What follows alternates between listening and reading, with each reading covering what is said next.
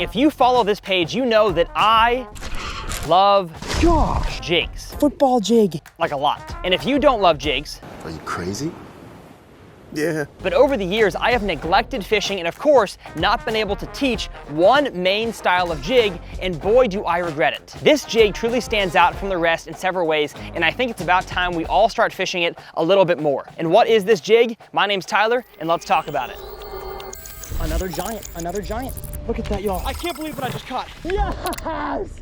What's going on, everybody, and welcome to TRF. Hey, if you didn't know, I recently dropped some merch. Let me tell you a little bit about it. Infinite Outdoors is a brand that I started not too long ago with one main goal, and that is to start real life conversations in your daily life, all because you're wearing a piece of clothing. See, I believe in a God who loves us so infinitely much that he would send his son to die on the cross for our sins so that we could be in relationship with him and also live in a world of infinite outdoor possibilities of making memories, catching fish, going hiking. Infinite Outdoors applies to way more than just fishermen. And on infiniteoutdoors.com, we've got AFCO sun shirts, leather patch hats, sweatshirts, and some super soft and comfy pullovers, and stickers. Who doesn't love stickers? So if you want to check out Infinite Outdoors, I will leave the link down in the video description. Again, no pressure. If you don't want to, that's cool as well. I'm glad to have you guys around the channel. Now let's talk about what the heck this jig is. And the category of jig we're talking about in today's video is this one right here.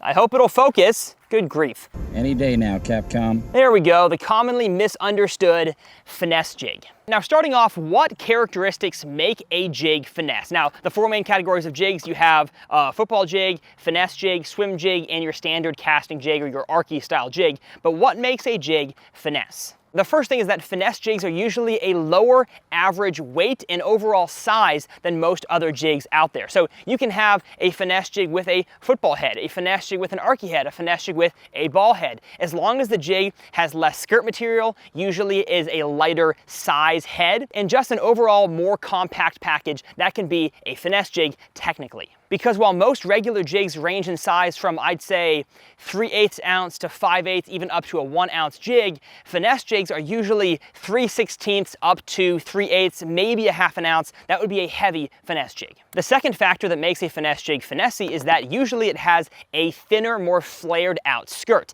Now this can come in many different forms. If you search finesse jig on Tackle Warehouse, you're gonna find a bunch of different ones out there. That's why I said the term finesse jig is kind of a blanket category for just a smaller presentation, but the skirt material, at least on this one right here, the Outcast Tackle V2 Finesse, my favorite one out there, the skirt material is thinner than your average Arky, football, or swim jig skirt. And occasionally some finesse jigs have the skirts cut on a crown sort of pattern near the top of the head. The third characteristic about a finesse jig is that they usually have some sort of round ball-shaped head. Again, they don't have to, but that's what I found in the majority of finesse jigs and in the one that I'm going to be talking about in today's video. And the last characteristic I found in most finesse jigs is that they usually have a lighter wire hook. It doesn't take nearly as much hook set power to drive the hook into those fish, and it also means the hook can bend easier, but most of the time I'm not setting the hook that hard. I'm not catching usually 10-pounders on a finesse jig, so I want a lighter wire hook, and most of them come with that. Now, why does finesse matter? And if the fish are wanting something finessey in my pond or lake, shouldn't I just throw a standard finesse lure like a drop shot, a Ned rig, a shaky head, a small swim bait?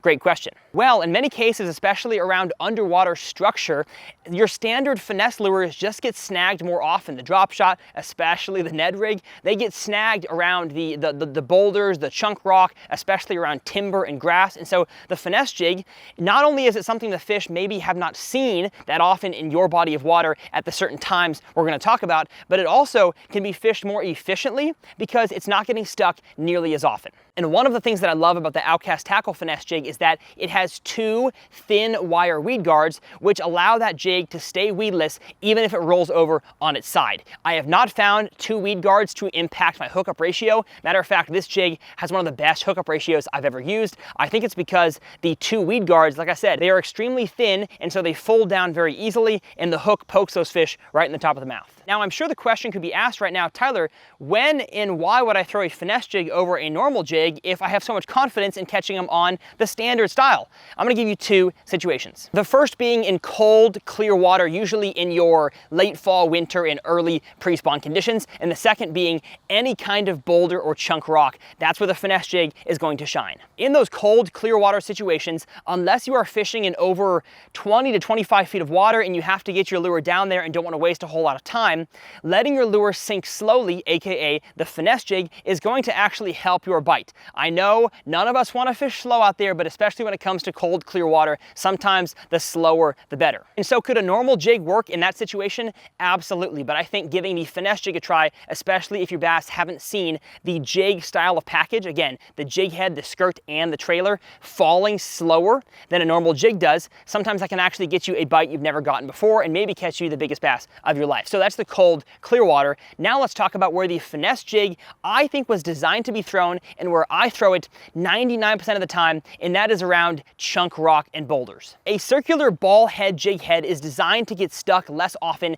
in this type of rock. I'm talking about your man-made chunk rock on dams, on break walls, basically what we call in the bass fishing community riprap. That is where the Finesse jig excels, because any kind of depression, a crack, crevice, hole in those rocks, which there's plenty of as compared to slate rock, as compared to gravel bottoms, the Finesse jig with its ball-shaped design, at least in my experience, gets stuck a whole lot less than any other style of jig, and especially less than a drop shot weight, less than a shaky head. I'd say a Texas rig worm is probably the only thing that slides through easier, but sometimes the fish want the compact style of a jig, and that's where the Finesse jig shines. I just spit all over my jig. And if you're fishing a pond that has almost no rock, but yet clear, deep water, I would recommend giving the Finesse jig a try. Can it work in dirty water?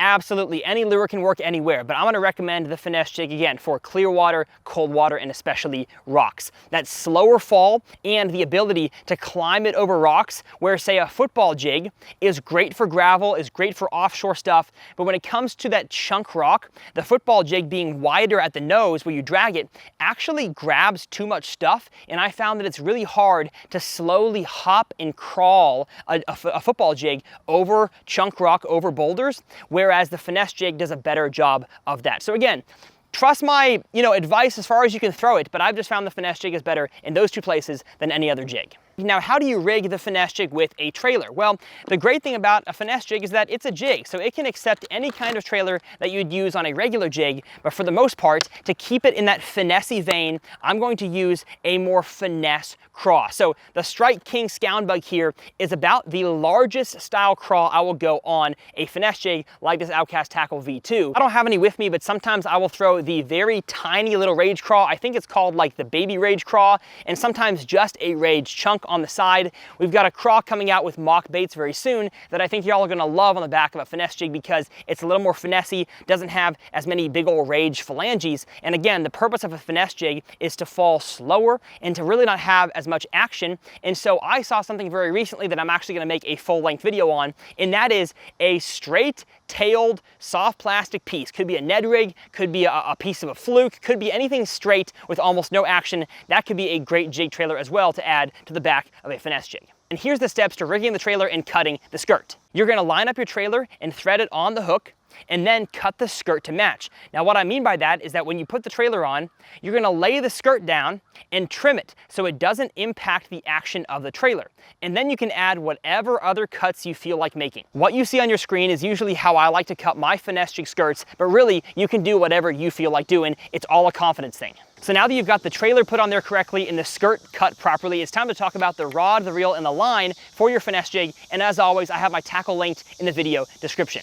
These cicadas are so loud. Like I said, the Finesse jig has an overall thinner diameter, thinner wire of a hook than most other jigs out there. So on this channel, I recommend a lot of 7.2, 7.3, 7.4, medium heavy and heavy power rods with like 17 to 20 pound fluorocarbon. That's kind of like the highest I will go. So if I'm flipping and pitching a Finesse jig, again, that's not usually what I do though, I'm normally casting it. So I'm gonna go with more of a 12 to 15 pound line, 15 at the max. And when it comes to the rod power, it's usually a 7-foot to 7.2, 7.3 medium or medium heavy, depending on how hard you set the hook as an angler. When I was younger, less experienced, hadn't caught as many fish, my hook set naturally, at its peak, was not even close to what I can do nowadays. And so I don't want to absolutely give them the business, as we say here on the channel, with the finesse jig, because I could pull the hook out of their mouth or bend it out entirely. And so I'm going to go with a 7.2 medium for a stronger hook set, or a 7-foot to 7.3 medium heavy.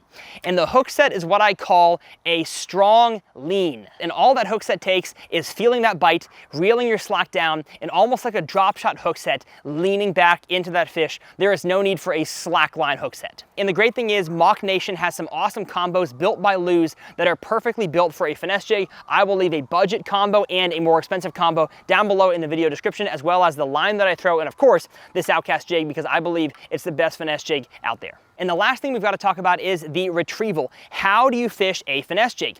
Well, the first thing, again, with every jig besides the swim jig and every soft plastic besides like swim baits, you want to let this sucker get to the bottom. Like, I can't even overstate that. Get it to the bottom. Now, many of your bites will come on this jig as you are retrieving it and it's falling in the column.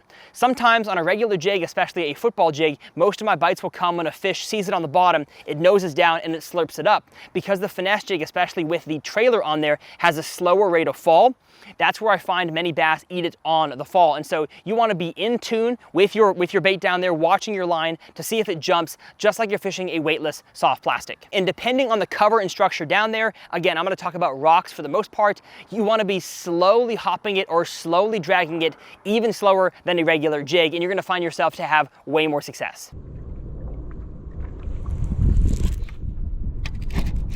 There's one. Yes, sir. Got him. Got him. On the jig. On the jig. Big one. A big one on the jig. Holy cow. My gosh. My gosh, this fish is much larger than I thought it was going to be. Holy cow. Holy cow. Oh my gosh. Whoa. Oh. Holy cow. Just slowly dragging the finesse jig. Got me all 7-8 pounder. I mean, look at how ugly this fish is. Look at that tail, post spawn tail right there. But it got the, he's blind. This fish is even blind in one eye. My goodness. But that V2 Outcast finesse jig, top of the mouth, just slowly dragging. My goodness. I'll tell you what though, this is not a good tournament fish for a length tournament, because his tail is all chopped off from the spawn, or her tail. Holy smokes. Let's do it again. Now, if this video piqued your interest in jig fishing, I've got some awesome videos here on the channel. You can just search on the YouTube search bar, Tyler's Reel Fishing Jig, and you'll find them all. And I will leave one here in the corner where I talk about the 4 main styles of jigs. Of course, I don't talk about finesse jig in as much detail as I did in this video, but that's an awesome one to learn from right there. My name's Tyler, and we'll see you guys over in that video. Are you crazy? Yeah.